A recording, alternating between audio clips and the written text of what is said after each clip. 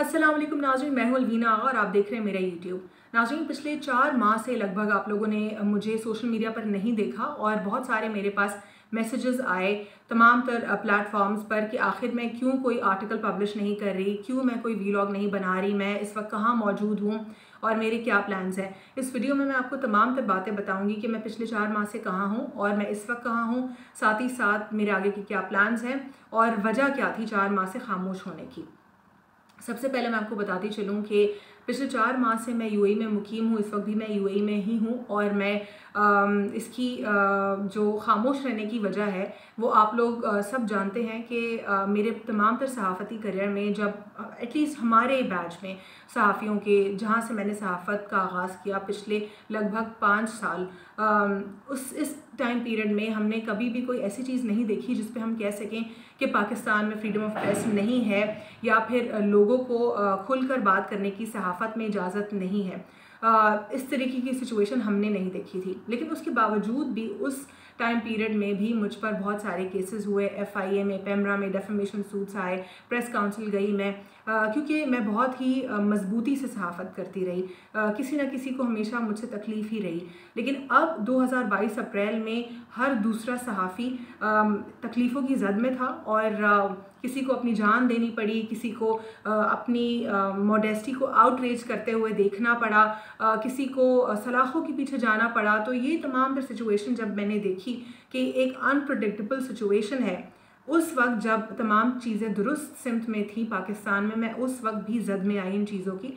लेकिन इस वक्त मैं अफोर्ड नहीं कर सकती थी मज़ीद और मैंने ये सोचा कि मैं यूएई के लिए यूएई चली जाऊं और कुछ माह के लिए मैं खामोशी इख्तियार कर लूं, ये बेहतर होगा। तो इसीलिए मैं यूएई आई और मैं खामोश हुई। आर्टिकल्स लिखना मैंने नहीं छोड़ा, लेकिन अनफॉर्चुनेटली कोई भी आर्टिकल पब्लिश नहीं हुआ और तमाम तर उन अखबारों की मैं बात कर रही हूँ जहाँ पर मेरे पब्लिश आर्टिकल्स हमेशा से होते रहे हैं। Financial Daily, Daily Times, Pakistan Observer, Global Village Space, इन तमाम तर पब्लिकेशंस में मेरे हमेशा से आर्टिकल पब्लिश होते रहे हैं। मोर और लेस मुझे हर तरीके से सबसे रिजेक्शन मिला और मैं बहुत हैरान हुई। एक दो जगह से जब मैंने वजह पूछी रिजेक्शन की तो वहाँ से जवाब आया कि एंटी स्टेट आर्टिकल है, जहाँ पर उसमें कोई भी एंटी स्टेट चीज़ मौजूद नहीं थी। सिर्फ और सिर्फ पाकिस्तान का आइन और पाकिस्तान के कानून को मैंने कोट किया था और मैंने उसमें सवालात किए थे और आम आवाम से कहा था कि आप लोग सोचें आखिर इसकी क्या वजह है और क्यों ऐसा हो रहा है। कानून ये कहता है लेकिन हो कुछ और रहा है। तो ये तमाम तर बातें थीं और मैं काफ़ी हैरान हुई जब मुझे ये सुनने को मिला कि एंटी स्टेट उसको कहा जा रहा है कि अगर मैं बात कर रही हूँ कानून की। बहरहाल मैंने सोचा कि बेहतर ये होगा कि मैं जिस तरीके से पाकिस्तान में अपने शोज़ में ग्लोबल पॉलिटिक्स भी हमेशा से ज़ेर बहस रखती थी, तो मुझे अब शायद ग्लोबल पॉलिटिक्स के ऊपर, सोशल इश्यूज़ के ऊपर या दीगर मामलात के ऊपर गुफ्तगू कर लेनी चाहिए। लेकिन 4 माह में मैं बहुत ज़्यादा ऑक्यूपाइड थी क्योंकि नया मुल्क है, नए कानून हैं और नए तरीके से आपको ज़िंदगी गुजारनी पड़ती है, तो काफ़ी मुश्किलात होती हैं। अपना वतन बहुत ज़्यादा याद आता है और बहुत ही ज़्यादा आप जो है मतलब एक कर्ब से गुजरते हैं जहाँ पर आप पैदा हुए हैं और अगर आपने सोचा हो कि आप कभी भी अपना मुल्क नहीं छोड़ेंगे तो आपके लिए बहुत मुश्किल हो जाता है कहीं और पर रहना। मुझे नहीं लगता कि शायद दूसरे मुल्क का जो चार्म है या जो वहाँ की सहूलियात हैं, वहाँ की आसाइशें हैं, वो आपको शायद सुकून दे पाती हैं, क्योंकि अगर आपको अपने वतन की मिट्टी से बहुत मोहब्बत है तो बहुत तकलीफ़ हो जाती है, ट्रस्ट मी। और अब मैं ओवरसीज़ पाकिस्तानीज़ का दर्द महसूस करती हूँ। पहले मुझे लगता था कि इनको तो शायद वतन से मोहब्बत ही नहीं है, ये इसीलिए पाकिस्तान में नहीं है और मैं तो कभी मुल्क से बाहर नहीं जाऊँगी, ना पढ़ने के लिए ना काम के लिए। लेकिन अनफॉर्चुनेटली मुझे भी यही करना पड़ा। इसीलिए अक्सर कहते हैं कि स्टेटमेंट्स इतना आसानी से नहीं देने चाहिए अनलेस हम उस चीज़ से खुद ना गुजरें।